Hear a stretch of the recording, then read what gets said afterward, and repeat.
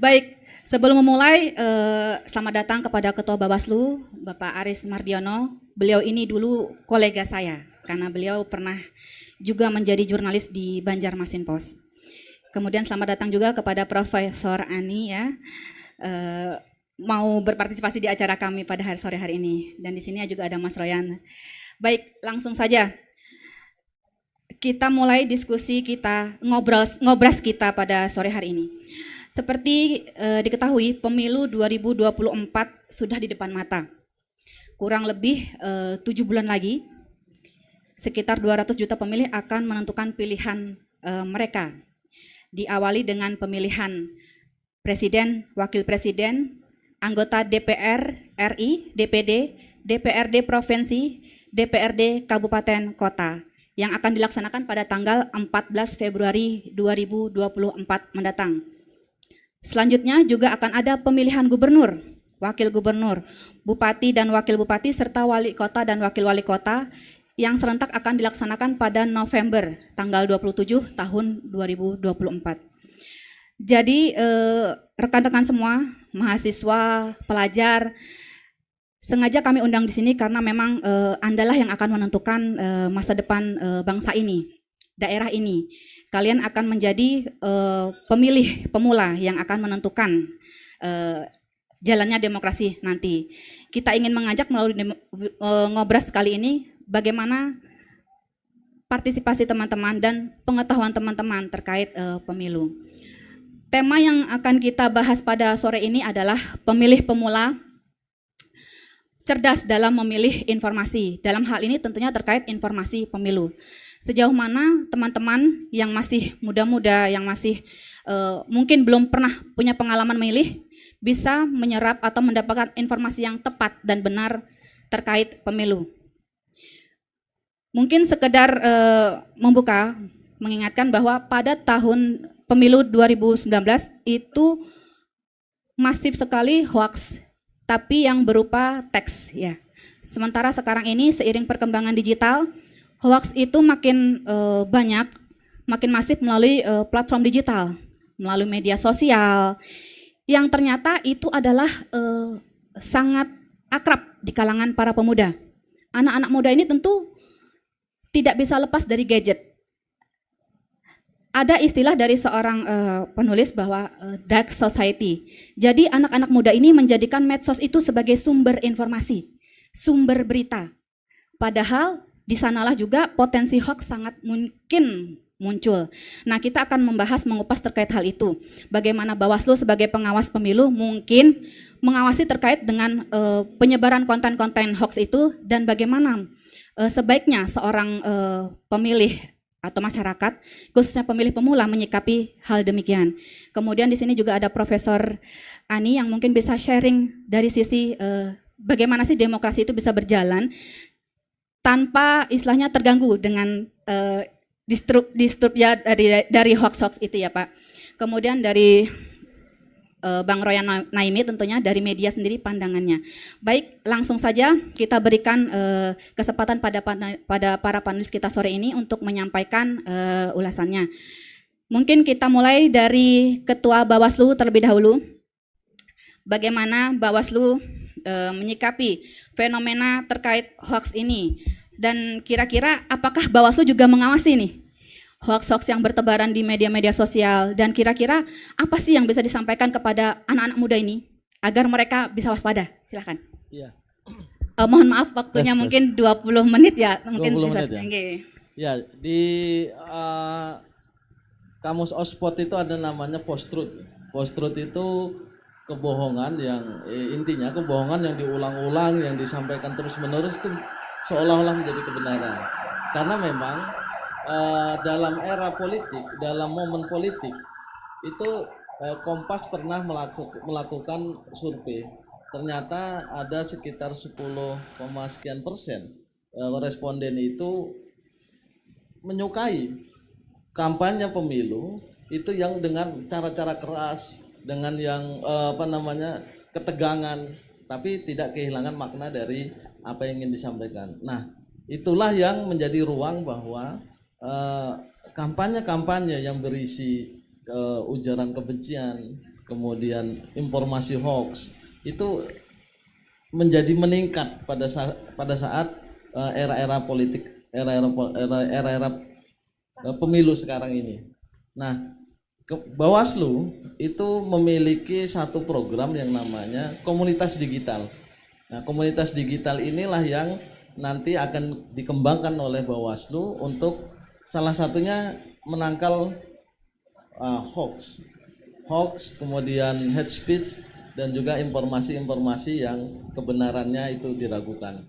Nah, melalui komunitas digital inilah nanti Bawaslu akan menggandeng komunitas-komunitas anak muda yang nanti di situ ada isinya edukasi kepada anak muda, kepada pengguna internet, pengguna medsos, bahwa jadilah pemilih yang cerdas. Pemilih yang cerdas itu kategorinya adalah pemilih yang tahu bahwa dirinya itu jadi pemilih. Bagaimana caranya? Tentu terdaftar sebagai DPT. Kemudian pemilih cerdas itu tahu apa yang dipilih. Apa yang dipilih dalam pemilu tahun 2024 ini, pemilu serentak, yang dipilih adalah presiden, DPR, DPD, DPRD provinsi, dan DPRD kabupaten kota. Jadi ada 5 yang akan dipilih oleh pemilih pada 14 Februari 2024. Nah, yang dipilih tentu ketika kita akan menjatuhkan pilihan, kita tahu apa yang dipilih ini, presiden, wakil presiden. Apa sih presiden, wakil presiden? Nah, tentu kita harus paham, oh ternyata presiden, wakil presiden dalam sistem tata negara kita yang presidensial, bahwa punya sebagai kepala negara dan juga sebagai kepala pemerintahan. Kewenangannya begitu besar. Kewenangannya untuk arah pembangunan negara ini sangat menentukan, sehingga paham bahwa presiden, wakil presiden itu punya tugas, kewenangan, dan kewajiban yang seperti apa. Kemudian DPR, pemilih juga harus paham DPR ini apa fungsinya dalam ketatanegaraan kita itu. Nah, DPR itu punya fungsi legislasi, budgeting, dan controlling, pengawasan. Nah, DPR selaku pembentuk undang-undang, tentu ini adalah posisi yang sangat penting dalam kita bernegara. Kita negara hukum, tentu dalam bernegara, dalam bermasyarakat, bersosial, itu tidak lepas dari aturan hukum. Aturan hukum yang produknya dimulai dari pembahasan di DPR. Kemudian ada fungsi budgeting, anggaran di sana. Maka anggaran negara yang berapa, 2000 triliun ya Pak? 2000 triliun sekian itu mau digunakan untuk apa? Itu tergantung dari hasil pembahasan di DPR. Kebijakan-kebijakan arah negara ini itu pembahasannya di sana terkait dengan postur anggaran negara kita. Begitu juga controlling, eksekutif, presiden beserta para menteri itu dalam menjalankan roda pemerintahan itu di bawah pengawasan dari DPR. Maka begitu juga di level provinsi, level kabupaten. Maka karena ini begitu penting, maka di negara ini memaknai pemilu itu adalah sarana kedaulatan. Kita berdaulat. Satu-satunya kemewahan yang dimiliki oleh rakyat adalah kedaulatan dalam pemilu. Tidak perlu itu diberikan, dilayani. Data pemilih didatangi ke rumah, kemudian ditetapkan dalam DPT, kemudian pada hari 3 hari sebelum pelaksanaan pungut hitung disampaikan undangan kepada pemilih-pemilih yang terdaftar, kemudian TPS-nya disediakan. TPS juga harus dibentuk, dibangun untuk memberikan ruang bagi kawan-kawan disabilitas agar kawan-kawan disabilitas tidak kesulitan dalam menuju bilik suara, sehingga tidak perlu didampingi, bisa mandiri, bisa tanpa harus ada didampingi oleh orang lain ketika berada pada bilik suara. Karena pada saat di bilik suara itulah yang tahu pilihan kita hanya kita sendiri dan Tuhan Yang Maha Esa. Tidak boleh ada orang lain yang mengetahui pilihan kita. Nah, oleh karena itu, karena pentingnya pemilu ini, maka kawan-kawan akhirnya ketika sudah tahu presiden, DPR itu fungsi dan kewenangannya apa, maka tingkat berikutnya adalah ini siapa? Siapa yang cocok untuk menempati posisi sangat penting ini, maha penting ini dalam kita di negara kita ini. Akhirnya kita memilah, ada calon namanya.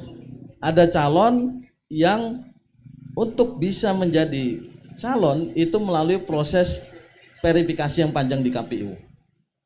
Diajukan oleh partai politik atau gabungan partai politik, kemudian syarat calonnya diverifikasi apakah terpenuhi atau tidak. Begitu juga dengan caleg-caleg diajukan oleh partai politik, syarat-syaratnya diverifikasi, ijazahnya minimal SMA, kemudian ada kesehatan, ada syarat-syarat lain yang harus dipenuhi yang nanti akan diumumkan ke publik sebagai daftar caleg sementara. Ketika daftar caleg sementara itu ada masukan dari tanggapan masyarakat. Ketika ada tanggapan masyarakat dan tanggapan masyarakat itu terkait dengan syarat-syarat calon bisa membuat yang bersangkutan menjadi tidak memenuhi syarat. Nah, pada satu titik nanti pada bulan Oktober itu akan ditetapkan sebagai caleg tetap. Begitu juga pasangan presiden wakil presiden. Artinya untuk bisa menggunakan hak politiknya untuk dipilih, warga negara juga harus melalui proses yang panjang verifikasi di penyelenggara pemilu. Nah, ketika sudah dinyatakan sebagai calon maupun caleg, nah di sanalah tugas dari kita sebagai pemilih untuk menentukan dari sekian pasangan calon presiden wakil presiden siapa yang layak untuk diberikan mandat, siapa yang layak diberikan amanah untuk dicoblos pada bilik suara. Begitu juga dengan caleg, dari sekian ratus 18 partai politik dengan masing-masing calegnya di tiap dapil, itu tugas kita lah untuk memilah dari sekian ratus orang ini siapa yang layak untuk duduk di DPR RI, siapa yang layak untuk duduk di DPR provinsi, DPD dan DPRD kabupaten kota. Nah, kitalah yang menentukan, kitalah yang memilih, kitalah yang mengevaluasi kalau ada caleg-caleg atau pasangan presiden wakil presiden yang katakanlah incumbent atau ini periode berikutnya, kita akan menilai, oh kemarin pada saat yang bersangkutan duduk tidak ada kiprahnya katakanlah, maka jangan dipilih lagi. Begitu juga kalau dia bagus, kiprahnya bagus, silakan untuk diberikan amanah lagi. Nah, itu kategori-kategori dalam menggunakan pilihan, menentukan pilihan, sehingga pilihannya pun menjadi kawan-kawan menjadi pemilih yang cerdas. Ketika paham bahwa yang kita adalah sebagai pemilih, paham apa yang dipilih, kemudian kita menentukan siapa yang layak untuk dipilih, insya Allah pilihan yang berdasarkan rasionalitas, pilihan yang berdasarkan pertimbangan logis, itu mudah-mudahan yang terpilih amanah, sehingga apa yang disampaikan pada saat kampanye, apa yang disampaikan pada janji-janji kampanye itu bisa direalisasikan. Dan dengan niat tulus, mudah-mudahan orang-orang yang terpilih adalah orang yang baik, orang-orang yang niatnya tidak lain adalah untuk kemajuan bangsa kita, banua kita, dan juga kota kita. Nah, mungkin itu pengantar dari Ulun. Selebihnya mungkin akan lebih banyak materi dan pengayaan dari Profesor Ani. Baik, terima kasih Bapak Ketua.